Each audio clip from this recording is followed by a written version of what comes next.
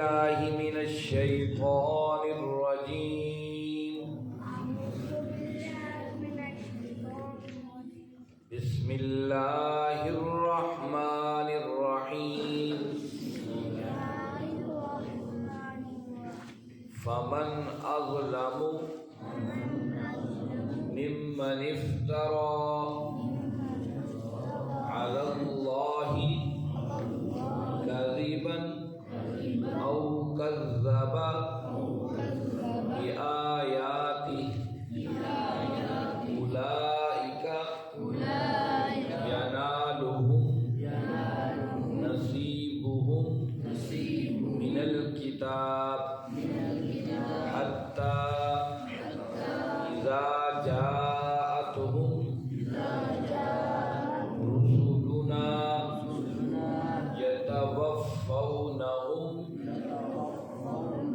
قالوا أين ما كنتم تدعون من دون الله قالوا ضلوا عنا وشهدوا على أنفسهم أنهم كانوا كافرين. قال ادخلوا في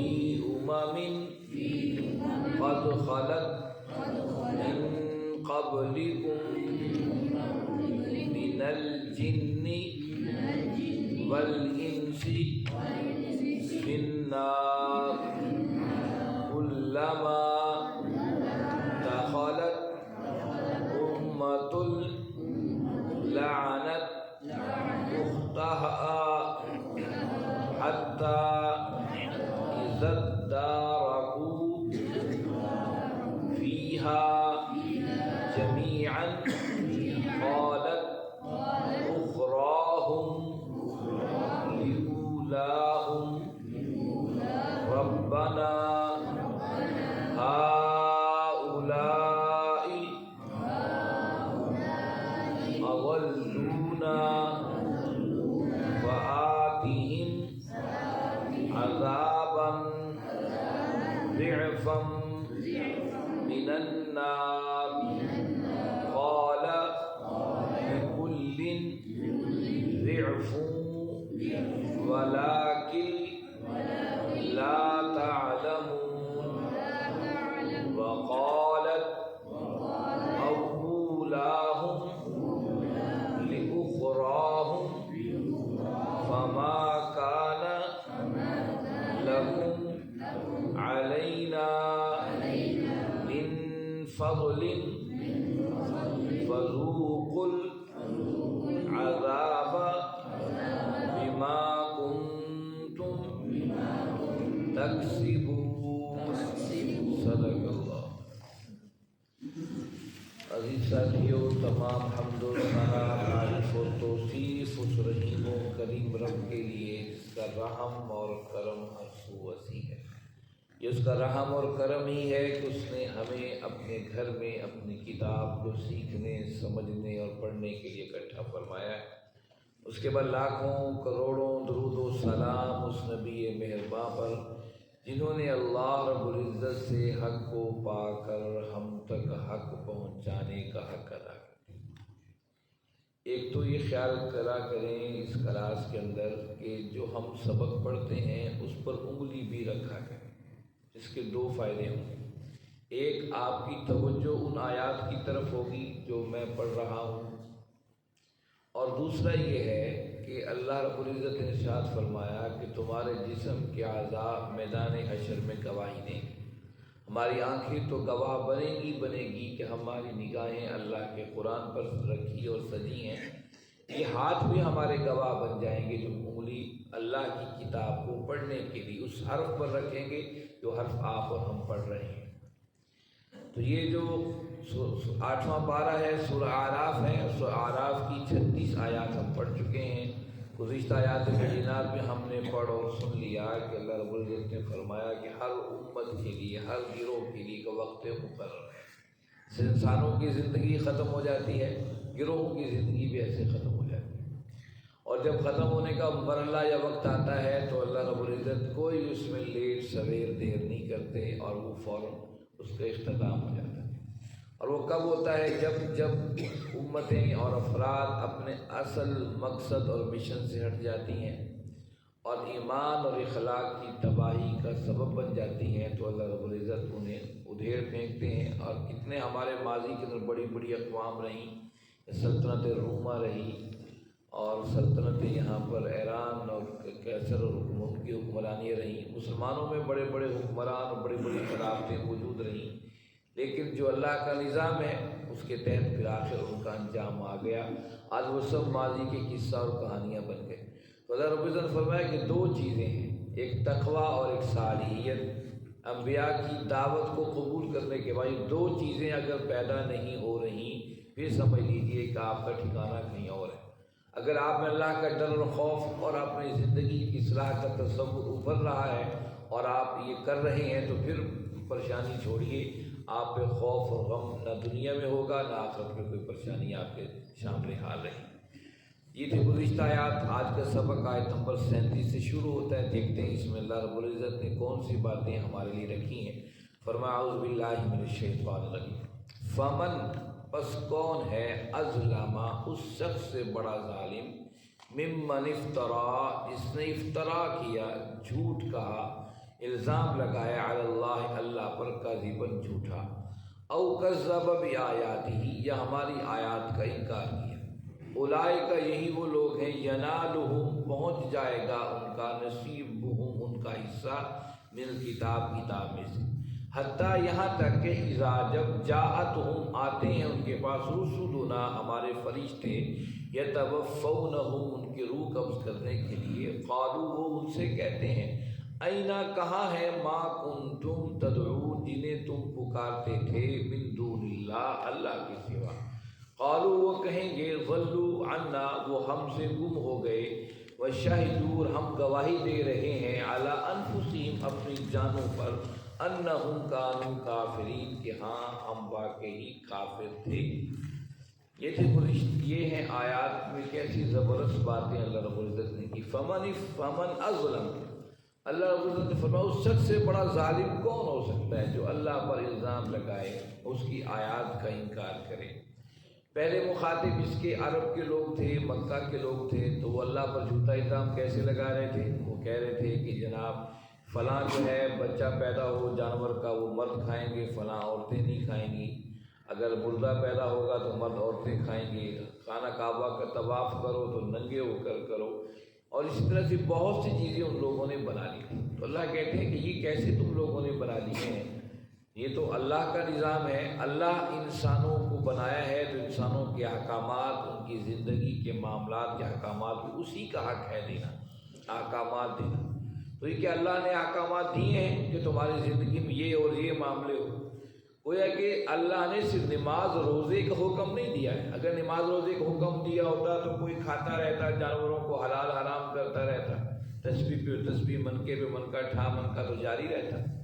ان چیزوں کو روک کر بتایا کہ جو اللہ کی شریعت اور اللہ کے احکامات ہیں جو اللہ نے دیے ہیں، وہ زندگی کے کسی ایک پہلو کے لیے نہیں ہے کہ آپ کی عبادات تو ٹھیک ہے وہ اللہ کا رخ اختیار کیے رہے اور آپ کی عملی زندگی جیسے چاہے چلتی رہے، ایسا نہیں ہے۔ فَمَنِ افْتَرَىٰ عَلَى اللَّهِ الْكَذِبَ کی آیت ہمیں بتاتی ہے کہ انسان کی پوری زندگی کے اصول و ضوابط اللہ رب العزت نے طے کی ہیں۔ انسان کی اگر مسجد کے اصول طے کیے ہیں، عبادت کے اصول طے کیے ہیں، نماز روزہ حج زکوٰۃ کے کیے ہیں، تو اس کے کاروبار اور تجارت کے اصول بھی، اس کے گھر اور معاشرے کے اصول بھی زندگی کے اس نے طے کیے ہیں۔ اور اگر کوئی ان کے علاوہ اپنی مرضی کے اصول بناتا ہے تجارت میں، کاروبار میں، گھر کے معاملے میں، معاشرے کے معاملے میں، شادی بیاہ اور فوتگی کے معاملے میں، تو قرآن اسے واضح الفاظ میں کہہ رہا ہے کہ اللہ پر الزام لگا رہا ہے، اللہ پر جھوٹ باندھ رہا ہے کہ اللہ نے کوئی ایسے احکامات نہیں اتارے۔ یاد رکھیے اپنے زندگیوں کے معاملات کے اندر کہ یہ اللہ نے یہ آیت ہمیں بتاتی ہے عبادات کے احکامات نہیں دیے ہیں، کیونکہ وہ تو عبادت تو کر رہے تھے، خانہ کعبہ میں طواف کر رہے تھے، لبیک اللہم لبیک کے الفاظ ہی کافر کہا کرتے تھے، لیکن انہوں نے جو ننگے ہو کے طواف کرنا اور کچھ چیزوں کو حلال کچھ چیزوں کو حرام کر دیا تھا اور اپنے تجارتی زندگی میں مرضی کے معاملات طے کر دی، اسی پر قرآن نے کہا فمن اظلم ممن افترى علی اللہ کذب، اس شخص سے بڑا ظالم کون ہو سکتا ہے جو اللہ پر الزام لگائے۔ اللہ نے انسان کی معیشت، معاشرت، اس کی سیاست، حکومت، اقتدار، عدالت، ہر ایک کا نظام متعین کر کے دیا ہے، پھر اس کے مقابلے میں اپنے سوچ و فکر سے زاویے طے کرے گا۔ قرآن اسی کو کہتا ہے او کذب بآیاتہ، ہماری آیات کا انکار کر رہا ہے۔ ایک حکم موجود ہے اللہ اور اس کے رسول کو، اس کے مقابل وہ اپنی سوچ سے، اپنے ذہن سے، اپنے بنائی ہوئی اسمبلیوں کے اور سینٹ سے اور چیزوں سے پاس کروا کر لاگو کرا لے، وہ کیا ہے؟ وہ اس کی آیات میں انکار ہی تو ہے۔ اولئک ینالہم نصیبہم من الکتاب، قرآن نے یہ بات کہی، یہ نہیں ہے کہ یہ کفر کر رہے ہیں، اللہ پر جھوٹا الزام لگا رہے ہیں تو اللہ ان کے رزق کو کھینچ لے گا، ایسا نہیں ہے۔ جو ان کا حصہ ینالہم نصیبہم من الکتاب، کتاب سے مراد یہاں تقدیر کی وہ نوشتہ تقدیر ہے جو اللہ نے لکھ دیا ہے کہ وہ انہیں نصیب کا ملتا رہے گا۔ یہ نہیں کہ اللہ رزق کو روک لے گا، ان کو جو ہے مرغا بنا دے گا، ان پر عذاب بھی کوڑے برسا دے گا، ایسا نہیں ہے۔ اللہ نے یہ آخرت کے معاملے میں رکھا ہے، دنیا میں سب چیزیں سامنے جو حصہ ان کو ملتا رہے گا۔ حتی اذا جاءتهم رسلنا یتوفونہم، قرآن مجید جو ہے نا یہ تصویریں پیش کرتا ہے، یہ ایک تصویر ہے، اللہ نے یہاں تصویر، ایک آپ دیکھتے ہیں موبائل پر ویڈیو دیکھتے ہیں، وہ دیکھتے ہیں وہ حرکت کر رہی ہے، تو قرآن نے بھی جو مثالیں دی یہ حرکت پذیر مثالیں ہیں۔ یہ اللہ نے تصور پیدا کیا، تصور کرو جب فرشتے روح قبض کرنے کے لیے آئیں گے، قالوا، وہ کہیں گے ہاں بھائی اینا ما کنتم تدعون من دون اللہ، اب کہاں ہیں جنہیں تم اللہ کو چھوڑ کر ان کے ساتھی بنے ہوئے تھے، ان کی باتوں پر چل رہے تھے، ان کی ڈکٹیشن پر زندگی پر عمل کرتے رہے، کہاں ہیں وہ؟ قالوا ضلوا عنا، آج وہ ان سے گم ہو جائیں گے، کہیں گے ضلوا عنا، وہ تو ہم سے گم ہو گئے، ہم انہی کے سہارے پر جی رہے تھے، انہی لیڈروں نے ہمارے، انہی پیروں نے ہمیں کہا تھا، انہی ہمارے بڑوں نے کہا تھا بس جی تم بے فکر رہو، ہم گارنٹی ہمارے پاس ہے تمہاری، آج وہ گارنٹی دینے والے کدھر ہیں؟ تو یہ یاد رکھیے، یہ آیات ہمیں بتاتی ہیں قبر کے اندر سوال پوچھے جائیں گے۔ حضرت عمر فاروق نے فرمایا یا رسول اللہ صلی اللہ علیہ وسلم، جب فرشتے ہم سے پوچھیں گے کیا ہمیں شعور ہوگا جو سوال پوچھ رہے ان کا جواب دیں؟ فرما ہاں ہوگا۔ فرما پھر تو ہم ان کے سوالوں کے جواب دے لیں گے۔ کیسا اعتماد تھا اللہ اور اس کے رسول پر اور ان پہ چلنے والی زندگیوں پر کہ ہم نے اسی راستے کو متعین کیا ہے۔ آج قبر میں ہم سے سوال ہو جائے من ربو کا، تمہارا رب کون ہے؟ من نبیوں کا، تمہارا نبی کون ہے؟ من دینوں کا، تمہارا دین کیا ہے؟ ہم اس کو رٹتے رہیں پوری زندگی میں تو ہم سمجھیں کہ سر رٹا دے کر ہم بورڈ کے پیپر پاس کر لیتے ہیں تو وہاں بھی پاس ہو جائیں گے، نہیں ایسا نہیں ہے۔ وہاں تو پوری یہ 3 سوال اس کی زندگی کے نچوڑ ہے۔ من ربو کا، تمہارا رب کون ہے کہ تم نے اپنی 50 60 70 80 سال کی زندگی میں رب کس کو بنایا تھا؟ کیا پیسے کو رب بنا کر اس کے پیچھے دوڑے پھر رہے تھے؟ کیا اپنے قبیلے کو رب بنا کر اسی کے پیچھے دوڑے پھر رہے تھے؟ اپنی برادری کو رب بنا لیا تھا، اپنے کسی بڑے کو رب بنا لیا تھا، یا اپنے کسی سیاسی لیڈر کو رب بنا لیا تھا، یا کسی اپنے پیر کو رب بنا لیا تھا؟ یہ رب بنانا کیا ہے؟ رب سے مراد یہ ہے اس کی بات کو حرف آخر سمجھا جائے، بس یہ بات میرے لیڈر نے کہہ دی، یہ بات میرے پیر نے کہہ دی، یہ بات برادری نے کہہ دی، یہ بات ہو گیا، یہ حرف آخر ہے۔ حرف آخر اگر کوئی ہے اور رب کا قرآن ہے اور آمنہ کی ذریتین جناب احمد مجتبیٰ محمد مصطفیٰ صلی اللہ علیہ وسلم کا فرمان ہے، اتنا حرف آخر فرمان ہے کہ امام ابو حنیفہ رحمۃ اللہ علیہ جیسی شخصیت یہ پکار اٹھی اگر میرے قول کے مقابلے میں تمہیں نبی کریم صلی اللہ علیہ وسلم کی ضعیف حدیث بھی مل جائے تو میرے قول کو، میرے بات کو اٹھا کر دیوار پہ مارنا اور نبی کی ضعیف ترین حدیث بھی قبول کر لینا کہ وہ ان کی بات مجھ سے بہتر ہے۔ آج آپ اور ہم کن معاملوں میں گم ہو گئے؟ یہ جو قبر کے سوال ہے پوری انسانی سیرت اور زندگی کے سوال ہے۔ زندگی میں اگر کسی رب کو رب مانا ہوگا اپنی زندگی میں وہی وہاں جواب دے سکے۔ من نبیوں کا، تمہارا نبی کون ہے؟ گویا کہ تم نے اپنی زندگی میں لیڈرشپ کس کے ہاتھ میں دی تھی؟ وہ لیڈرشپ محمد کریم صلی اللہ علیہ وسلم کے ہاتھ میں دی ہوگی، وہ قیادت آپ اور ہم نے اللہ کے نبی صلی اللہ علیہ وسلم کو اپنی زندگی میں دی ہوگی، اور اسی کے آئینے میں ہم نے اپنے لیڈر کو، قائد کو، پیر کو دیکھا ہوگا، ہاں یہ میرا پیر و مرشد، یہ میرے لیڈر سیاسی اسی آئینے کی تصویر ہے جو محمد کریم صلی اللہ علیہ وسلم کی ہے، پھر تو انسان کی زندگی اس خیر کے حوالے پر چل پڑے گی، نہیں تو اب دیکھیے کہ اس کا انجام کیا ہوگا۔ اس کا انجام ہم سب کے سامنے ہے۔ اور پھر تیسری بات ہو کہ من دینوں کا تمہارا لائف سٹائل کیا تھا، طرز زندگی کیا تھی، کہ تم غیر اقوام کے پیچھے اپنی زندگیوں کو تباہ کیے ہوئے تھے، ان کی معیشت، ان کی معاشرت، ان کی سیاست، ان کی زندگی کے طور طریقے اپنے زندگی میں لاگو کیے ہوئے تھے، یا اللہ اور اس کے رسول کے ان فیصلوں کو جو قرآن و سنت کی شکل میں تمہارے حوالے کر دیا گیا تھا اس پر عمل پیرا تھا؟ یہ وہ سوال ہے جو پوری زندگی کے نچوڑ ہے، رٹنے سے سوالوں کا جواب نہیں آئے گا۔ قالوا ضلوا عنا، اس دنوں میں وہ تو ہم سے کہیں گم ہو گئے، وشہدوا علی انفسہم، وہ خود اپنی ذات میں گواہی دیں گے انہم کانوا کافر، واقعی تو ہم تو کافر تھے۔ قال ادخلوا فی امم، اب دیکھیے فرماتے تو خود داخل ہو جاؤ فی امم، اس گروہوں میں قد خلت جو گزر چکے، من قبلکم تم سے پہلے، من الجن جنات میں سے، والانس انسانوں میں سے، فی النار آگ میں، کلما دخلت امت لعنت اختہا، کلما ان میں سے ہر ایک، داخل جب ہوگا امت گروہ میں، لعنت کرے گا اختہا اپنے ساتھیوں پر، حتیٰ یہاں تک کہ اذا جب دارکو وہ ملیں گے آپس میں، فیہا اس میں، جمیعاً سب کے سب، قالت کہیں گے اخراہم بعد میں آنے والے، لأولاہم اپنے سے پہلے والوں، ربنا ہمارا رب، ہاؤلاء یہی وہ ہیں، اضلونا جنہوں نے ہمیں گمراہ کر دیا، فآتہم ان کو عطا کر، عذاب ضعفا دگنا، من النار آگ کا، قالا وہ کہیں گے، لکلی ہر ایک، ضعف دگنا کرو، ولکن لا تعلمون لیکن یہ تم نہیں جانتے۔ اب یہ دیکھیے اس آیت میں بڑی اللہ نے ایک اور تصویر کشی کی ہے، ویڈیو بن رہی ہے، ایک اور ویڈیو اللہ نے ہمارے سامنے رکھ دی ہے کہ وہ مجرم آ گئے ہیں، مجرم سامنے آ گئے، اللہ کہے گا بھائی ان کو مجرموں کو اٹھا کر جہنم میں پھینک دو۔ قال ادخلوا، اللہ کہ داخل کر دو، فی امم قد خلت من قبلکم الجن والانس فی النار، وہ جو آگ میں جنات و انسان سڑ رہے ہیں، جل رہے ہیں ان سے پہلے، ان کو بھی لے جا کر وہاں پھینک۔ کلما دخلت امت لعنت اختہا، جب وہ جائیں گے آگ کے عذاب میں تو پہچان لیں گے یہ تو فلاں تھا فلاں تھا فلاں تھا، ہمارا ساتھی تھا، اسی کو دیکھ کر ہم بگڑے تھے، وہ لعنت کریں گے، اختہا اپنے ساتھ، لعنت تم پر، کیوں نہ ہمیں سیدھا راستہ دکھایا، تباہ ہو جاؤ۔ حتیٰ اذا ادرکوا فیہا جميعا، یہ تو بھی جہنم میں جا رہے تھے، آپس میں باتیں کر رہے، جب جہنم میں جائیں گے وہ تو ہمارے بڑے بھی آئے ہوئے ہیں یہاں پر۔ قالت اخراہم لأولاہم، اب وہ کہیں گے آنے والے پہلے والوں کے بارے میں، ربنا ہاؤلاء ضلونا، اللہ ہم ان کی وجہ سے جہنم میں آئے، ان اپنے آباء و اجداد کی وجہ سے، کیونکہ یہاں پیچھے جواب دے رہے تھے، اور آج ہمارا جواب یہ ہے کہ ہم نے بڑوں کو ایسا کرتے دیکھا۔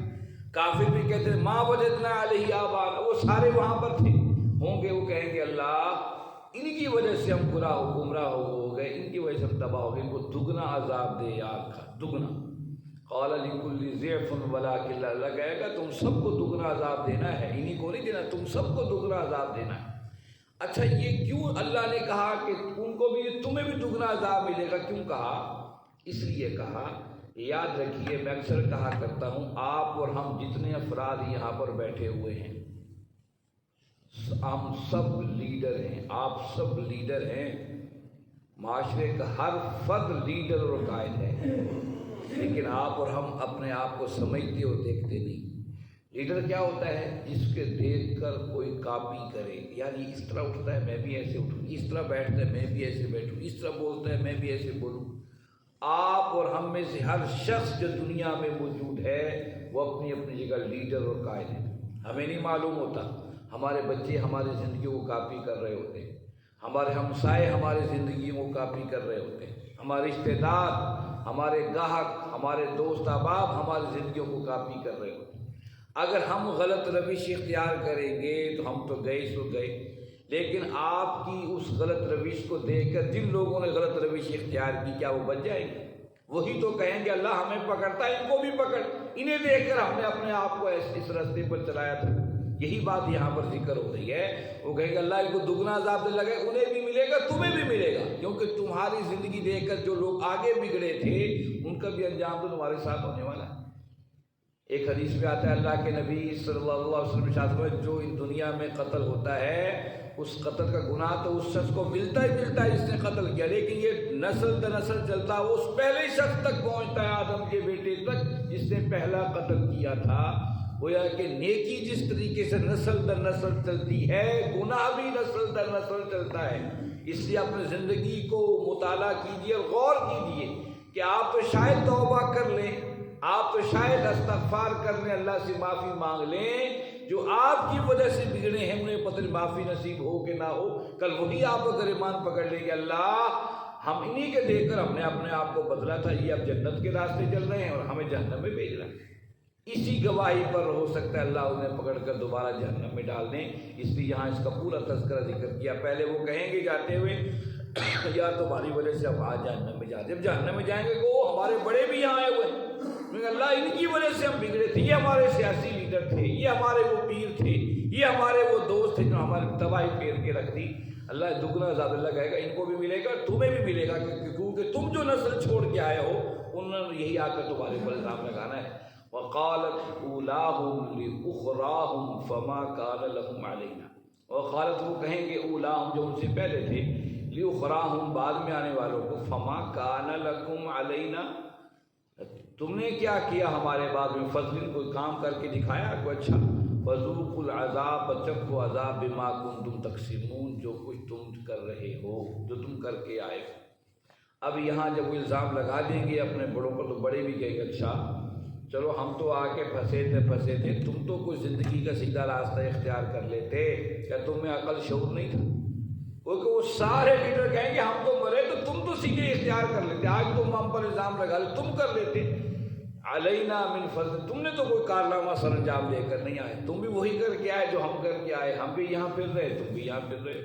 اللہ رب العزت کیسی تصویریں اور البم ہمارے سامنے رکھی ہیں، یہ 3 آیات میں دیکھیے کس طریقے اللہ نے، کس طریقے سے فرشتے روح قبض کریں گے، کس طریقے سے ان کی حالت ہوگی، اور کس طریقے سے وہ جہنم میں ڈالے جائیں، کیسے گفتگو کریں گے۔ گویا کہ قرآن مجید کی یہ آیات حصہ جب پڑھ رہے ہوتے ہیں لگتا ہے ہم وہاں موجود ہیں اور سارے منظر کو ہم اپنی کھلی آنکھوں سے دیکھ رہے ہیں۔ یہی رب العزت کے کلام اور قرآن کا کمال ہے۔ اور یہاں ان کے عذاب، ان کی آخری بات یہ بتائی، وہ کہیں گے اچھا تم تو آگے، تم نے کوئی کارنامہ سر انجام نہیں، تم کو خیر کے راستے پر چل پڑتے، علینا من فضل ہم سے بہتر ہو جاتے، پھر فذوقوا العذاب یہاں سے وہ اللہ کے احکام، اللہ کا حکم چل رہا، فذوقوا چکھو عذاب بما کنتم تکسبون جو کچھ تم دنیا میں کما کے آئے ہو۔ کسب کہتے ہیں کمانے کو، یاد رکھیے ہم لوگ نیکی بھی کماتے ہیں اور گناہ بھی کماتے ہیں۔ کمانے سے مراد اسٹرگل، کوشش، ہم نیکی کے لیے بھی کوشش کرتے ہیں اور جو گناہ کرتے ہیں وہ بھی اس کے لیے کوشش کرتے ہیں۔ اس طرح تکسب کا لفظ استعمال کیا ہے۔ تو اللہ رب العزت سے دعا ہے اللہ رب العزت ہمیں گناہوں کو کمانے سے محفوظ رکھے اور اچھائی کے کمانے کی طرف ہمیں اللہ آگے بڑھاتا چلا جائے۔ وآخر دعوانا الحمد للہ رب العالمین والصلاة والسلام علی سیدنا